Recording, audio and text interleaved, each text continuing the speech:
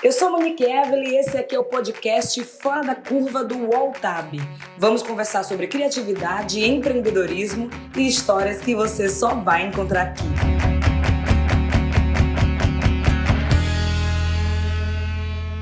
Mais um episódio do Fora da Curva do UOL-TAB e hoje eu converso com a jornalista Letícia Naísa e a editora-chefe do TAB, que é Olivia Fraga. Muito bem-vindas, meninas. Por favor, se apresentem. Obrigada, Monique. Eu sou a Letícia, eu sou repórter do UOL, trabalho no UOL já tem um pouco mais de um ano. Eu tenho 26 anos, tenho 6 anos de jornalismo e na carreira aí de repórter, já cobri várias coisas, estou aí no TAB, já tem um pouco mais de um ano e é isso. Massa. Daqui a pouco eu faço um ano de podcast também no UOL-TAB. Olivia, por favor.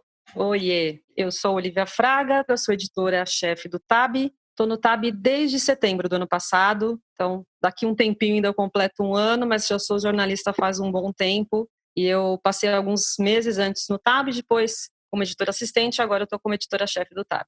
E hoje o episódio a gente vai falar de um assunto muito importante, é delicado, mas é necessário falar nesse momento que a gente está vivendo enquanto humanidade, né? O mundo está passando pela essa pandemia do coronavírus, e a Letícia fez uma reportagem super importante do dia a dia dos profissionais de saúde na UTI do Hospital Emílio Ribas, que fica localizado em São Paulo. Então, Letícia, de primeiro eu queria entender por que esse hospital e não outro. Teve algum processo de escolha? Você pôde entrar, não pôde entrar? Como é que foi a decisão do Hospital Emílio Ribas? Então, o Hospital Emílio Ribas, ele é um hospital de referência em doenças infecciosas em São Paulo, né? É um hospital que já lidou com diversas epidemias no Brasil. Hoje em dia é um hospital de referência no tratamento de HIV. E a gente escolheu esse hospital primeiro porque foi um dos poucos hospitais que autorizou a entrada da imprensa, porque por conta do alto risco de contágio, a Secretaria de Saúde, todos os hospitais estão sendo muito cuidadosos com a presença de jornalistas. Então, foi um dos poucos hospitais que autorizou a nossa entrada. E por ser um hospital de referência, por ser um hospital que lida com muitas doenças infecciosas muito graves, assim, todos os pacientes que passam pelo Emílio Ribas são pacientes que têm alguma doença grave, são médicos que lidam com doenças graves, e não seria diferente nessa pandemia do novo coronavírus, né? É um hospital que está sendo líder, né, no combate ao coronavírus. E me tira uma dúvida, você ficou quanto tempo assim para fazer essa reportagem? Podia ficar, sei lá, uma semana para fazer a reportagem completa? Como é que foi? Então, primeiro teve o processo de conseguir essa autorização, né? Foram alguns dias que a gente insistiu nessa visita, que foi um trabalho de convencimento, assim, de virar e falar para as pessoas que era importante contar essa história. Então, foram alguns dias de apuração nesse sentido, de conseguir algum contato, algum lugar que deixasse a gente contar essa história, com segurança, né? Acho que é muito importante frisar isso, a segurança do repórter ao estar na rua nesse momento. E aí a gente pôde visitar o hospital por 2 dias. A gente foi numa quinta-feira, dia 23 de abril, e uma sexta-feira, dia 24. E a gente pôde... O tempo lá dentro era controlado por conta do risco. Então, a gente foi acompanhado, né, pelo pessoal da assessoria de imprensa do hospital, que também ajudou muito a gente no processo, né, da pauta. Os médicos, os enfermeiros, os técnicos de enfermagem, todo mundo estava muito solícito para conversar com a gente. Eles paravam, assim, uns 10, 15 minutos entre os atendimentos e tudo mais, porque eles realmente estavam com muita vontade de contar suas histórias e de serem ouvidos, e eles estão valorizando muito o trabalho que a gente está fazendo na imprensa de levar informação para as pessoas. Assim, eles estão com muita vontade de contar as coisas, de orientar as pessoas, porque é um trabalho que eles ficam ali, né, naquela pressão, é um trabalho muito desgastante para eles, e conforme eles vão vendo cada vez mais desinformação, para eles é desesperador, assim, essa situação. Então, quando chega alguém ali querendo realmente contar essas histórias e alertar as pessoas para que elas tomem cuidado, para que elas lavem as mãos, para que elas usem máscara, para que elas levem a situação da pandemia a sério, são pessoas que estão muito solícitas a conversarem. Então, a gente pôde visitar esses 2 dias, com esse controle um pouco de tempo, né? A gente ficou cerca de 3 horas no primeiro dia e mais ou menos 1h30, 2 horas no segundo dia acompanhando o trabalho deles, assim. Não, isso é importante, né? Porque como eles estão imersos nesse universo do hospital, mortes e tudo mais, aí a primeira coisa que vai ver é uma desinformação ou uma fake news, como a gente sabe que está acontecendo pra caramba. Olivia, você que é editora-chefe do TAB, também fez a reportagem, fez a edição, fez a reportagem junto com a Letícia. Eu queria ver como é que você está enxergando os jornalistas que estão na linha de frente, sabe? Porque, assim, existe um cuidado até chegar à rua. Ir para a rua não é simples, mas você que deve estar em contato muito mais do que eu com outro jornalista, como é que você está vendo esse cenário do jornalista na linha de frente? Então, Monique, havia um desafio, né? Tá posto um desafio para a gente que é informar corretamente, é chegar às pessoas com informação correta e falar também com as pessoas que estão enfrentando a pandemia de frente, né? Estão olhando a situação na ponta. Eu acho que o drama é exatamente contar essas histórias dos casos extremos, né? Uma pandemia que atinge pessoas de formas diversas, mas a gente tem a situação crítica que é o abalo no sistema de saúde brasileiro, porque não dá conta quando essa onda chega e bate de verdade. O número de pessoas que se contaminam e chegam a casos graves é muito alto, né? Então, nosso desafio um pouco é equilibrar os pratos, né? É fazer um tipo de cobertura equilibrado, levar para as pessoas o maior número de informações possível. A gente, em TAB, nós temos feito alguns especiais sobre a pandemia. Essa não é a nossa primeira matéria sobre o assunto, mas ela era fundamental para construir essa história de uma forma definitiva. Eu acho que é importante que as pessoas tenham noção do que tem sido, de como tem sido difícil lidar com a desinformação e, na ponta, como lidar com esses doentes. Eu acho que, enquanto eu e Letícia costurávamos esse texto, para a gente ficou muito evidente que aquela rotina de UTI é uma rotina que eles vêm todos os dias, né? Um médico, um enfermeiro de UTI, de unidade de terapia intensiva, ele é posto à prova diariamente, e essa é a rotina do cara, essa é a rotina do profissional. Mas existe uma dificuldade extra para quem está tratando de novo coronavírus, quem trata de Covid-19, que é o ineditismo. Ninguém sabe como reagir e como tratar os doentes, né? Então, não existe protocolo. Então, algumas coisas me chocaram muito durante essa costura do texto e também do trabalho de edição visual dessa matéria. Eu acho que fica muito claro nos olhos dos médicos, dos enfermeiros, o nível de estafa que aquilo está provocando e o fato de que não existe uma resposta fácil, não tem uma resposta imediata para o problema. Ainda vai demorar um tempo para a gente ter um tratamento definitivo para as pessoas, que não faça mal, remédios que sejam dados na dose certa para que as pessoas se recuperem. As tomadas de decisão que eles precisam ter são muito rápidas, eles precisam tomar essas decisões com rapidez. É um desafio para a gente fazer a costura desse material de modo que a gente não trate isso com leviandade, com sensibilidade. E no caso dessa reportagem em específico, a nossa vontade, o nosso desejo era mostrar o ponto de vista dos profissionais. A gente ouve muitos relatos de doentes, de pessoas que chegam à UTI, que chegam ao pronto-socorro para serem atendidas, mas o ponto de vista do enfermeiro, do médico, a gente ouvia muito o que acontecia fora do Brasil. E com essa reportagem no Emílio Ribas, a gente teve a oportunidade de ver como é essa onda batendo dentro do nosso sistema de saúde. Então, a dificuldade é mostrar como é que um médico brasileiro, dentro de um hospital público, que atende pelo SUS, lida com essas contingências, com uma doença que assusta, faz as pessoas ficarem em casa, precisa tratar as pessoas, precisa voltar para casa e descansar para o dia seguinte, precisa ler muito para se atualizar dos tratamentos. Então, esse é o panorama que a gente tinha, e aí o desafio foi costurar tudo isso de uma forma sensível, né? E teve esse ponto também do Emílio Ribas, que foi um ponto a favor para a gente ter escolhido esse hospital, porque ele faz parte da rede do SUS, que é o Sistema Único de Saúde, que é o sistema público que atende todos os brasileiros. E é o sistema que está aí disponível para as pessoas quando elas ficam doentes. Então, é um sistema que tem sofrido muitos ataques, né, nos últimos anos. Muita gente tem questionado a existência do SUS e a gente queria mostrar essa realidade do SUS, porque é o que tem, assim, é o que está salvando vidas, apesar de todos os problemas que existem. é a rede que a gente deveria se orgulhar de ter, porque o Brasil é um dos poucos países que tem um sistema público que atende sua população. Tem mais algumas coisas que eu queria comentar também, que a Oli falou, que é essa questão da escolha de ir para a rua, né? Nesse momento, eu acho que as pautas que a gente escolhe ir para a rua, elas têm que ser muito pesadas, assim, o que a Olivia falou, né? De você conseguir equilibrar os pratos, assim.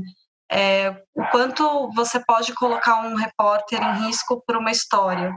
E eu acho que esse momento que a gente está vivendo, essa história que a gente contou, era uma coisa que valia a pena, porque era um olhar que pouca gente estava dando, que a gente estava sentindo falta disso no Brasil, de ouvir essas histórias, e eu acho que essas histórias elas não seriam contadas da forma como a gente conseguiu contar se não fosse com um repórter na rua. Então, valeu a pena ir para a rua nesse momento, assim, acho que é uma escolha que a gente tem que fazer enquanto profissional, de que histórias valem a pena correr esse risco, assim. Eu ia perguntar isso, porque também tem a questão, somos jornalistas, ok, mas tem uma aflição da família, eu sou filha única, por exemplo, talvez se eu estivesse atuando na rua, meus pais iriam dar um leve ataque, desespero, inclusive a gente está longe, então são várias questões envolvidas, né, assim, jornalista também sentem, né, dói da mesma forma, mas sobre o SUS tem um ponto que eu acho, enfim, interessante a gente falar, porque assim, a Prefeitura de São Paulo estabeleceu já um protocolo de prioridade para leitos de UTI em caso de ocupação total, né, até porque cerca de 10 mil pacientes internados com coronavírus e cerca de 4 mil já estão na UTI. Lá no Emílio Ribas, já começou essa lista de espera? Não começou? Como é que está essa situação de quem vai ter o leito na UTI ou não? Então, quando eu estive lá, eles me contaram que o Emílio Ribas ele tinha 30 leitos de UTI. Por conta da crise do coronavírus, eles conseguiram abrir mais 10 leitos, então hoje são 40 leitos disponíveis lá. E todos estavam ocupados com pacientes de Covid, não tinha mais leito para outras doenças, não tinha mais atendimento de UTI para outro tipo de doença. Os outros pacientes estavam sendo realocados pela rede. Então, você tem foi o primeiro hospital da cidade a ter uma lotação 100% dos leitos de UTI ocupados, né? A gente está chegando num ponto de superlotação dos hospitais e os leitos de UTI estão se acabando, assim, já não tem mais leito para todo mundo. Como os leitos são organizados?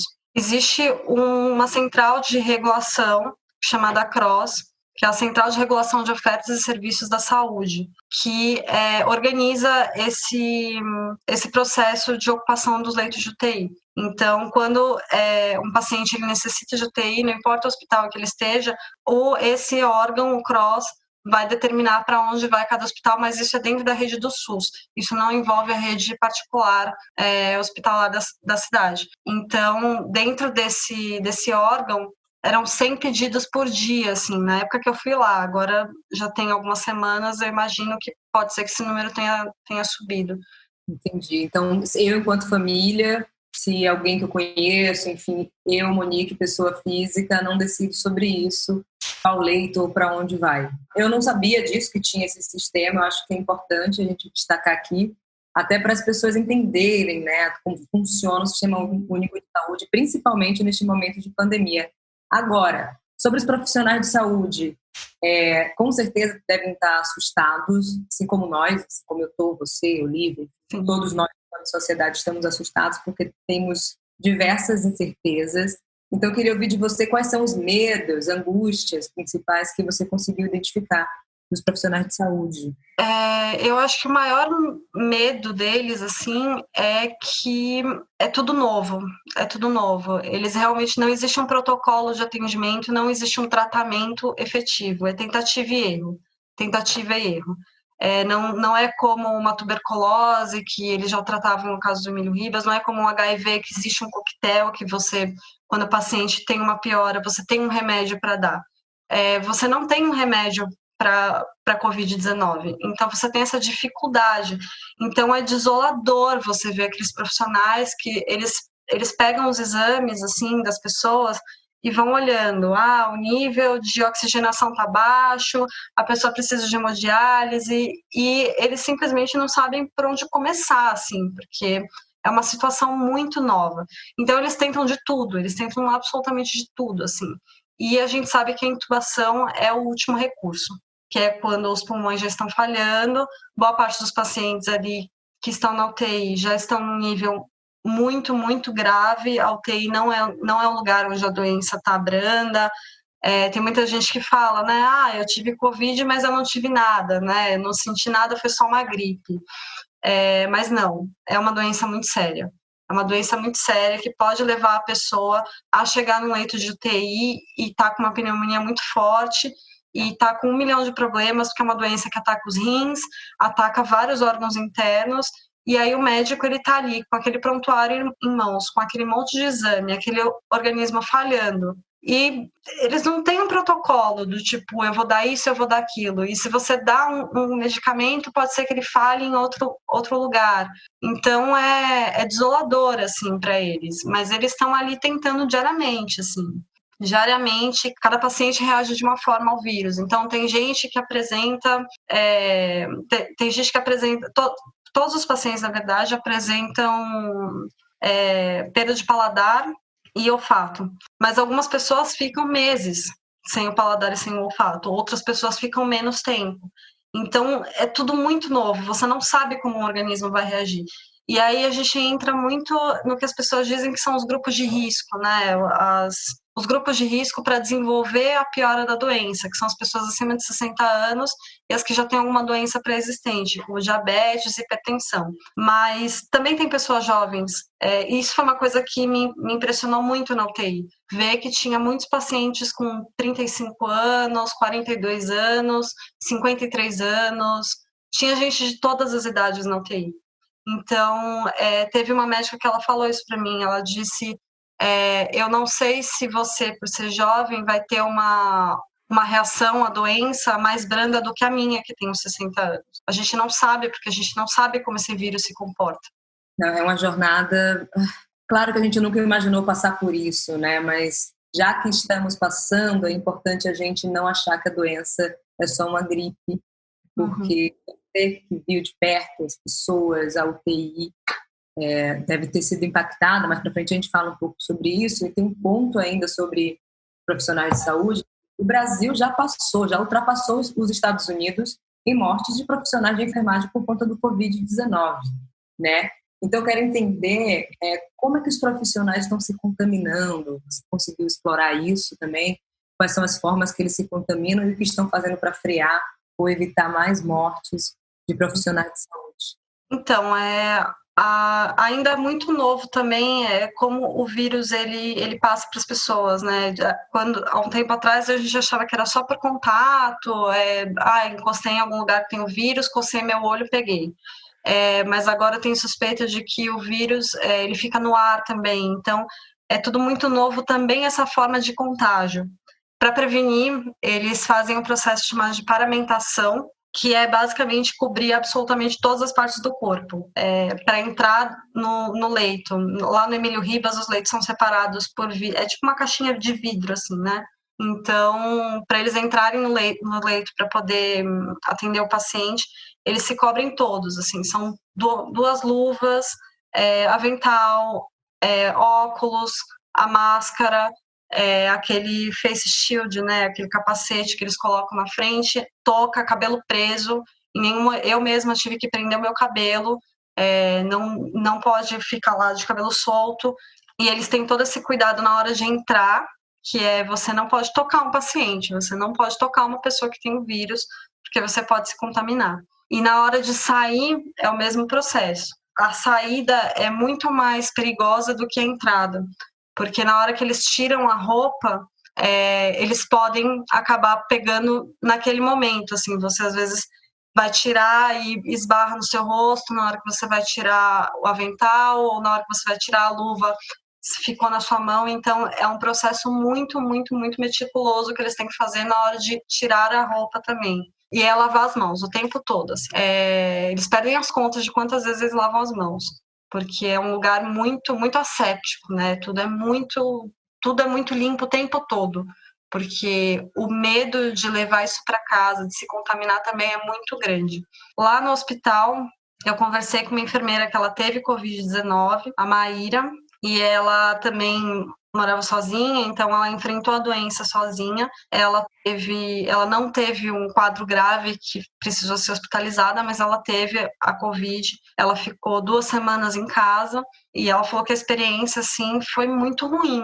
É calafrio, é febre, é dor de cabeça muito intensa. Então, e o medo, né? O medo de você não saber se você vai piorar, se você vai precisar ser internado, se você não vai.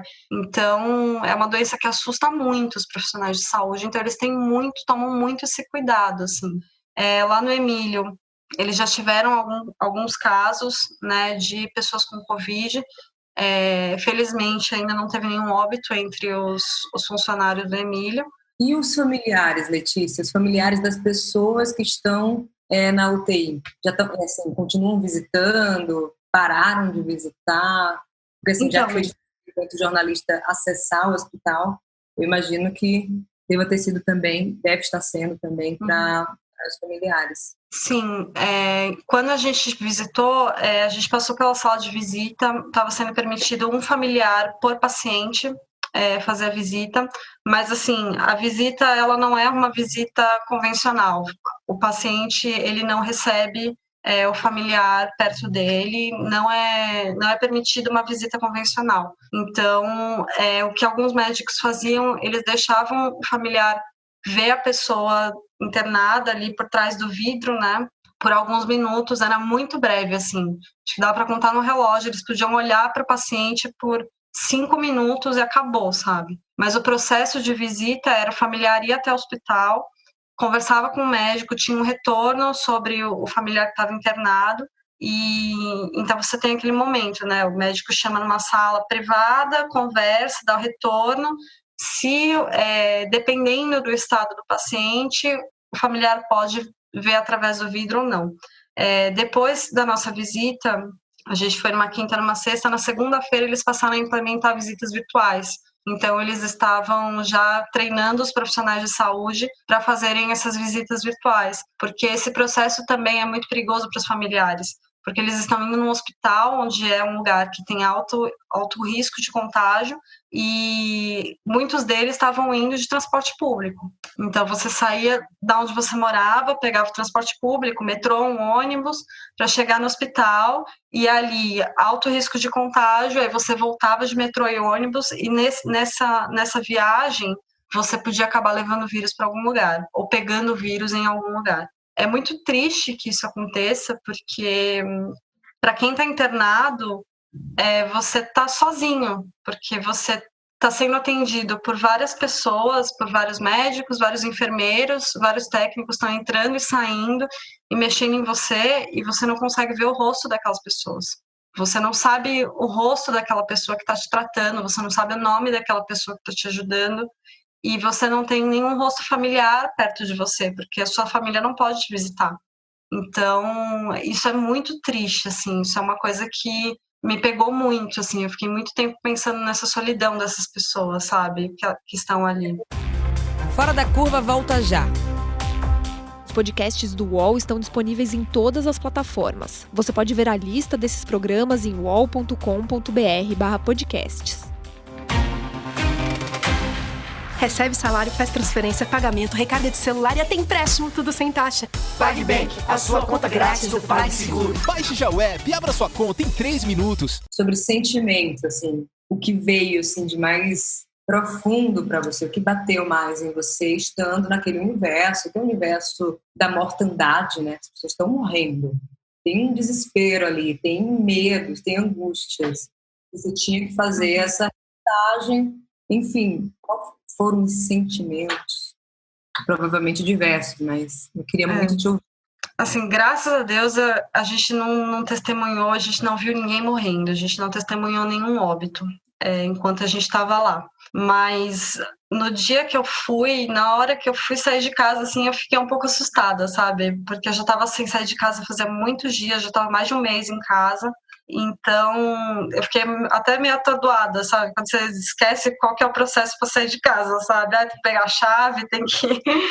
E então, no caminho, eu fiquei muito ansiosa, fiquei um pouco nervosa, tal, dessa coisa do sair de casa, né?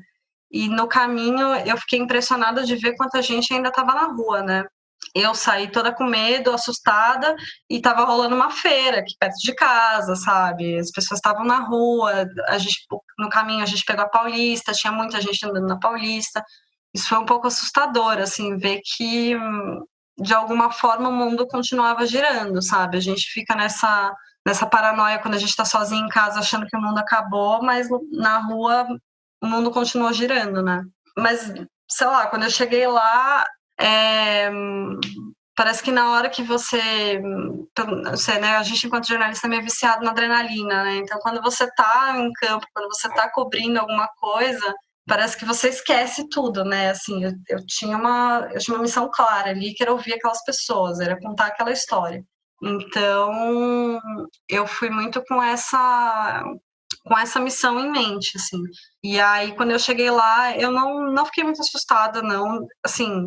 Eu fiquei muito tocada, eu fiquei muito triste de ver aquela situação. Eu falei que eu não sabia o que era mais triste, sabe? Se era as famílias ali esperando por notícias, aquela situação de não poder ver o seu parente internado, se era as condições dos profissionais de saúde que estavam lá em plantões infinitos há muitas horas, com muitas dúvidas, ou se era essa coisa das pessoas estarem na rua ignorando todo o trabalho que estava sendo feito no hospital, sabe? Eu não sabia o que era mais triste, assim, porque foi muito duro, não foi fácil, assim. Na volta eu fiquei muito com isso na cabeça, sabe? Tipo, putz. E aí eu falei muito que eu esperava que esse trabalho tocasse mesmo as pessoas, sabe? Que desse um pouco da noção da realidade para as pessoas, de que por trás daqueles aventais, daquelas máscaras,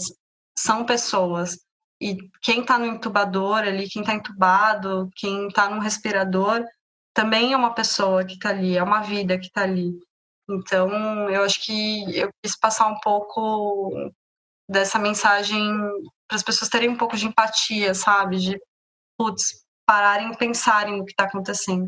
Porque é muito chocante, assim. Isso não é brincadeira, sabe? Assim, mais de 10 mil pessoas morreram só no Brasil, sabe? Os profissionais de saúde, nós aqui também, jornalistas, a gente implora para as pessoas ficarem em casa, né? Claro que a gente sabe que tem pessoas que precisam trabalhar. Tem gente que vai para a rua porque quer ir para a rua, porque não aguenta mais ficar em casa. Então, se não for com você, seja pelo outro, gente. Assim, eu não sei mais também o que falar. É desesperador. O susto que a gente está tendo de você mudar o tempo em sua cidade, sei lá, São Paulo, está chegando o inverno, você ficar gripado ou gripada, o que a pandemia faz com a gente de assustar.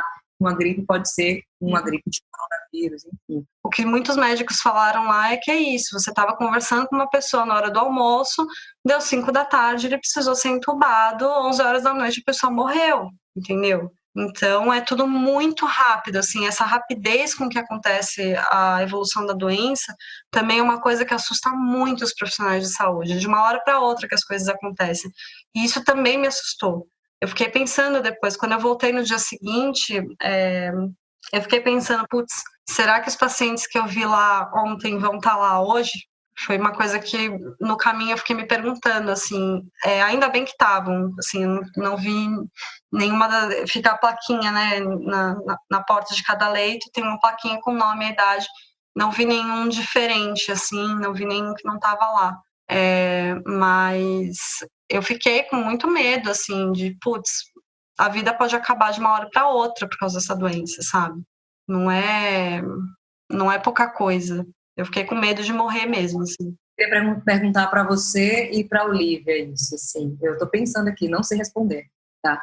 Mas por que mesmo com medo da morte, você continua indo para a rua, fazer cobertura na rua? Cara, é uma boa pergunta. É uma boa pergunta. Eu acho que porque a gente escolheu essa profissão por causa disso, né? Eu acho que a gente tem muita responsabilidade, jornalistas, em alertar as pessoas do que está acontecendo. E eu acho que, nesse momento, nosso trabalho é muito importante. Eu acho que é mais importante do que uma questão individual, sabe?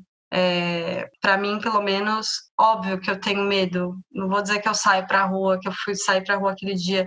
Às vezes eu penso em outras pautas que eu queria ir para a rua e me dá um puta do medo, mas eu penso, putz, isso vai ajudar outras pessoas, isso vai fazer com que as pessoas entendam, isso vai fazer com que os vizinhos do prédio da minha mãe não saiam e não coloquem a minha mãe em risco, sabe? É um pouco isso, a gente pensar no outro, a gente entender também a responsabilidade do nosso trabalho nesse momento. Entender que o jornalismo está aí para alertar as pessoas. E eu acho que pode ser um pouco inocente, assim, dizer que a gente, bem ou mal, é jornalista que a gente quer mudar o mundo, né? Eu acho que a maioria dos jornalistas tem um pouco disso, que fazer jornalismo para mudar o mundo. Eu acho que esse momento, o jornalismo pode mudar o mundo, sabe? Ele pode fazer com que pelo menos uma pessoa leia aquela matéria e fale, putz, eu posso ficar em casa, sabe? Eu não precisava ir para a rua hoje, então eu posso fazer isso. E você, Olivia, por que ficar na linha de frente, fazer reportagens como essa? Você poderia escolher qualquer outra coisa para o TAB, mas por que ficar fazendo cobertura sobre a pandemia do coronavírus e por que ficar na linha de frente? É dureza, né? Uma escolha difícil, porque os assuntos estão aí. A gente pode olhar para outras coisas, né? Por que a gente escolhe olhar para isso, né? Eu concordo com a Letícia. Eu acho que todo jornalista tem um pouco essa vontade de esclarecer, de levar conhecimento e de provocar empatia, né? Contar histórias que ainda não foram ouvidas. E eu acho que tem uma coisa muito importante dessa reportagem, há outras, né? Há uma série de reportagens sendo feitas no Brasil sobre a situação da saúde pública, enfrentando o coronavírus, mas eu acho que é muito importante saber as pessoas diretamente envolvidas na decisão mais difícil dessa doença, que é quem vai receber um respirador, o que é que define a morte e a vida de alguém, né? No limite, são pessoas que estão dentro de um hospital, numa UTI, em situação muito grave, e para além dessa situação que é de saúde pública, que tem a ver com ciência, com pesquisa, quer dizer, o centro de decisão, né, o futuro dessa doença vai sair de dentro de um laboratório, de uma farmacêutica, a gente vai ter uma solução no médio prazo, mas a gente tem pessoas sofrendo hoje com ela, né, pessoas que adoecem e profissionais que adoecem junto de ver a situação.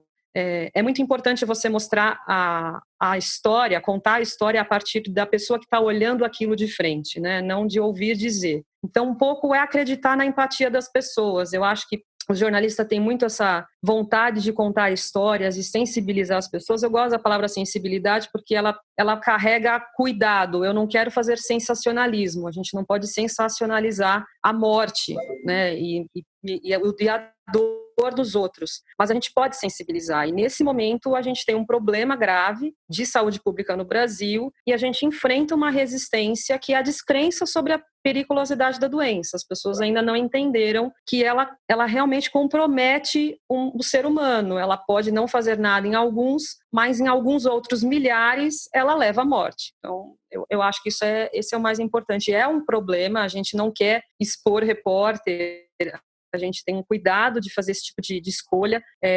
Na hora de fazer a reportagem, a gente se sente um pouco exército, assim, convocado para uma guerra, porque a gente precisa contar essa história enquanto ela está acontecendo, no campo de guerra em que ela está acontecendo. Mas a gente tem milhões de outras histórias pessoais rolando em cada casa, né? Em cada situação de vida, num cara que perdeu o emprego, numa família que está sem grana, todas as consequências que essa crise vai provocar na gente também são histórias em que a gente está prestando atenção. Essa era uma história importante de contar nesse momento, na hora em que a Covid paralisa o sistema, que ela colapsa, né? Na verdade, ele não para, as pessoas continuam entrando e saindo, o tempo de internação é muito longo, isso é uma coisa que as pessoas precisam entender. Uma vez internadas com Covid, elas ficam no mínimo 10 dias internadas, então isso de alguma forma colapsa o atendimento, você chega ao hospital e não tem vaga. Essa é uma realidade muito dura, não é uma doença que você em 3 dias você sara, né? Então isso precisava ser contado nesse momento. A gente vai continuar contando outras histórias relacionadas a ela porque é um problema que veio para ficar e a gente vai ter consequências para os próximos meses, né? E a gente está de olho nisso. E para a gente finalizar, eu queria ouvir de vocês qual recado, sim, vocês deixam para uma galera que tem dúvidas da gravidade, né, da pandemia, e também uma galera que não está respeitando a quarentena e o isolamento. O que é que vocês dizem? Não é pouca coisa, sabe, o que está acontecendo. Essa pandemia vai mudar, ela vai mudar tudo. Ela vai mudar a forma como a gente vive, ela vai mudar a forma como a gente se comunica, como a gente se relaciona, vai mudar a forma de fazer jornalismo também, eu acredito. E eu acho que vai mudar a forma como as pessoas são, sabe? Eu acho que se eu puder dar um recado para as pessoas, é para elas refletirem um pouco sobre isso, sabe? Quem elas querem ser nesse mundo que a gente está vendo se transformar. E eu acho que o recado é meio esse, assim. Fiquem em casa se puderem, lavem as mãos, usem máscara, se não por vocês, pelas pessoas que vocês amam, e se protejam, sabe? Porque tem muita gente que está nesse fronte, olhando essa batalha e contando essas histórias e lutando pela vida e cuidando de quem está lutando pela vida, para que a gente possa sair dessa o quanto antes ou o melhor possível, assim. Eu acho que boa parte disso que a gente comentou aqui, a gente conversou sobre, é a reação normal das pessoas frente ao novo, né? Existe uma negação que é humana, né? Você negar o problema que está na tua frente, procurar desculpas para não enfrentá-lo, né? Então, a negação é do humano também. No começo havia uma negação generalizada, né? Não é que ninguém estava dando bola, não se sabia a gravidade da situação, né? E a gente só consegue saber a gravidade da situação com informação. Você vai buscar informação nas fontes corretas, em quem produz informação de qualidade e trabalha para aquilo. Quem produz essas informações são cientistas, são médicos, são enfermeiros, é a galera que está na linha de frente. Então,